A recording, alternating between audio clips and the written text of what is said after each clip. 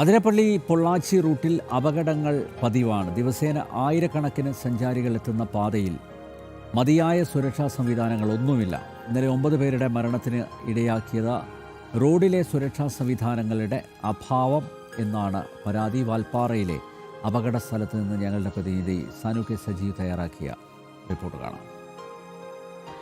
കേരളത്തിന് നോവായ അതിരപ്പള്ളി വാൽപ്പാറ റൂട്ടിൽ അപകടം നടന്ന സ്ഥലത്താണ് നമ്മളിപ്പോൾ ഉള്ളത്. ഒരു വാഹനം, ഒരു ടെമ്പോ ട്രാവലറിൽ ഒരു സ്കൂളിൽ അധ്യാപകർ ഒന്നാകെ യാത്ര ചെയ്യുന്നു, വിനോദസഞ്ചാരത്തിന് വരുന്നു. ആ വാഹനം അപകടത്തിൽപ്പെട്ട സ്ഥലത്താണ് നമ്മളിപ്പോൾ ഉള്ളത്. നമുക്ക് ഈ ദൃശ്യങ്ങളിൽ കാണുന്ന പോലെ തന്നെ ആ മലയുടെ, അതായത് ഇത് 40 ഹെയർ പിന്നുകളുള്ള റൂട്ടാണ്. അതിൽ 13ാമത്തെ ഹെയർ പിന്നിൽ നിന്ന് നമുക്ക് ദൃശ്യങ്ങളിൽ കാണാം. ആ 13ാമത്തെ ഹെയർ പിന്നിൽ നിന്നും ഈ വാഹനം, ഈ ടെമ്പോ ട്രാവലർ നിയന്ത്രണം തെറ്റി താഴേക്ക് പതിക്കുന്നു എന്ന് പറയുമ്പോൾ 13ൽ നിന്ന് ഏകദേശം 350 അടി താഴ്ചയായി 9ാമത്തെ ഹെയർ പിന്നിലേക്കാണ് ഈ വാഹനം വന്ന് പതിക്കുന്നത്.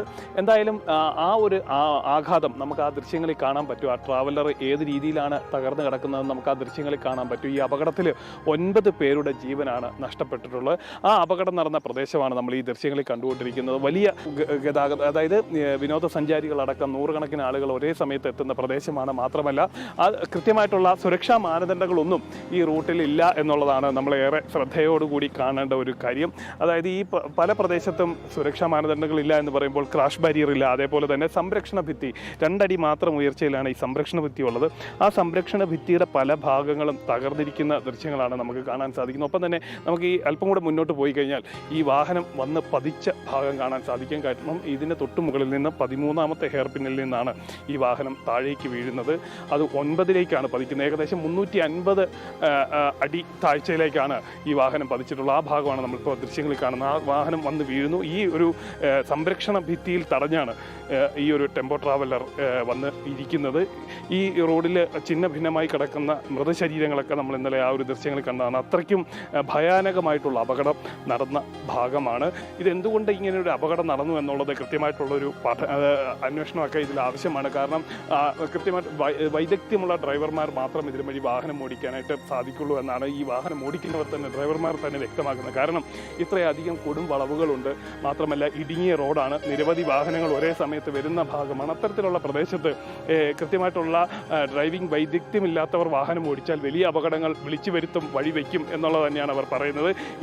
ഈ ഒരു അപകടം ഉണ്ടാകുന്നതിന് കാരണം ഇത്തരത്തിലേതെങ്കിലും വൈദഗ്ധ്യക്കുറവുള്ള, പരിശീലനക്കുറവുള്ള ഏതെങ്കിലും ഡ്രൈവർമാരാണോ വാഹനം ഓടിച്ചതെന്നൊക്കെ ഉള്ള കാര്യങ്ങളെക്കുറിച്ച് വിശദമായിട്ടുള്ള അന്വേഷണം പിന്നാലെ ഉണ്ടാവണം എന്ന് തന്നെയാണ് എല്ലാവരും ഒരേപോലെ ആവശ്യപ്പെടുന്നത്. മാത്രമല്ല ഇവിടുത്തെ തമിഴ്നാട് സർക്കാരിൻ്റെ ഭാഗത്തു നിന്നുണ്ടായിരുന്ന നിരവധി വീഴ്ചകളുണ്ട്. കാരണം കൃത്യമായിട്ട് ഇത്തരം ഒരു അപകടം നടക്കുന്നു. ഇന്നിപ്പോൾ നമ്മൾ ഈ സ്ഥലത്ത് നിൽക്കുന്ന സമയത്ത് പോലും അവരുടെ ഭാഗത്ത് നിന്ന്, അല്ല അന്വേഷണ ഉദ്യോഗസ്ഥരുടെ ഭാഗത്തു നിന്ന്, ജില്ലാ ഭരണകൂടത്തിൻ്റെ ഭാഗത്തു നിന്ന് കൃത്യമായിട്ടുള്ള ഇടപെടൽ ഈ നിമിഷം പോലും ഉണ്ടായിട്ടില്ല എന്നുള്ളതാണ് ഏറെ ദൗർഭാഗ്യകരമായിട്ടുള്ള കാര്യം. നമ്മൾ ഈ ദൃശ്യങ്ങളിൽ കാണുന്ന ഒരു ഇത്രത്തോളം സന്തോഷത്തോടു കൂടി ഒരു യാത്ര പുറപ്പെടുന്നു.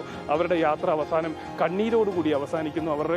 അവർ ഭക്ഷണമൊക്കെ വയ്ക്കാൻ ഉപയോഗിച്ച പാത്രങ്ങളടക്കം ഈ ഒരു റോഡിൽ ചിതറിക്കിടക്കുന്ന ഏറ്റവും വേദനിപ്പിക്കുന്ന, കരളലിയിക്കുന്ന കാഴ്ചകളാണ് നമ്മൾ കണ്ടുകൊണ്ടിരിക്കുന്നത്. ഇനി നമ്മൾ അല്പം കൂടെ മുന്നോട്ട് പോയി കഴിഞ്ഞാൽ ഈ വാഹനത്തിൻ്റെ ദൃശ്യം കൂടെ നമുക്ക് കാണാം. കാരണം ആ വാഹനത്തിൻ്റെ ദൃശ്യം കാണുമ്പോൾ നമുക്ക് ആ ഒരു അപകടത്തിൻ്റെ ആഘാതം എത്രത്തോളം ഉണ്ടായിരുന്നു എന്ന് നമുക്ക് കണ്ട് മനസ്സിലാക്കാൻ സാധിക്കും. കാരണം ഇത്രയും വലിയൊരു വാഹനം, 14ഓളം ആളുകൾക്ക് ഒരേപോലെ സഞ്ചരിക്കാൻ പറ്റുന്ന വലിയൊരു ടെമ്പോ ട്രാവലർ, അതാണ് ഈ വിധം തകർന്ന് തരിപ്പണമായി താറുമാറായി കിടക്കുന്നത്. എന്നപ്പോൾ തന്നെ അറിയാം ഇത്രത്തോളം വലിയൊരു വീഴ്ചയാണ് സംഭവിച്ചിട്ടുള്ളതെന്ന് നമുക്ക് അറിയാൻ സാധിക്കും. അങ്ങനെ വലിയൊരു അപകടമാണ് ഉണ്ടായിരിക്കുന്നത്. 9ഓളം ആളുകളുടെ, യാത്രക്കാരുടെ ജീവൻ നഷ്ടപ്പെട്ടിരിക്കുന്നു.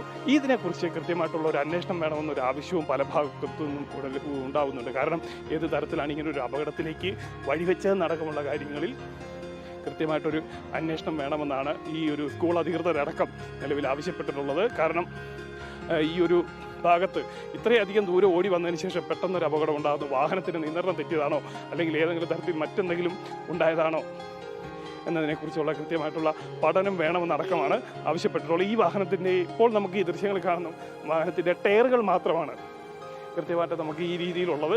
ബാക്കിയെല്ലാം പൂർണ്ണമായിട്ടും തകർന്ന നിലയിലാണ്. മനുകൃഷ്ണയ്ക്കൊപ്പം സാനു കെ സജീവ്, ജനം,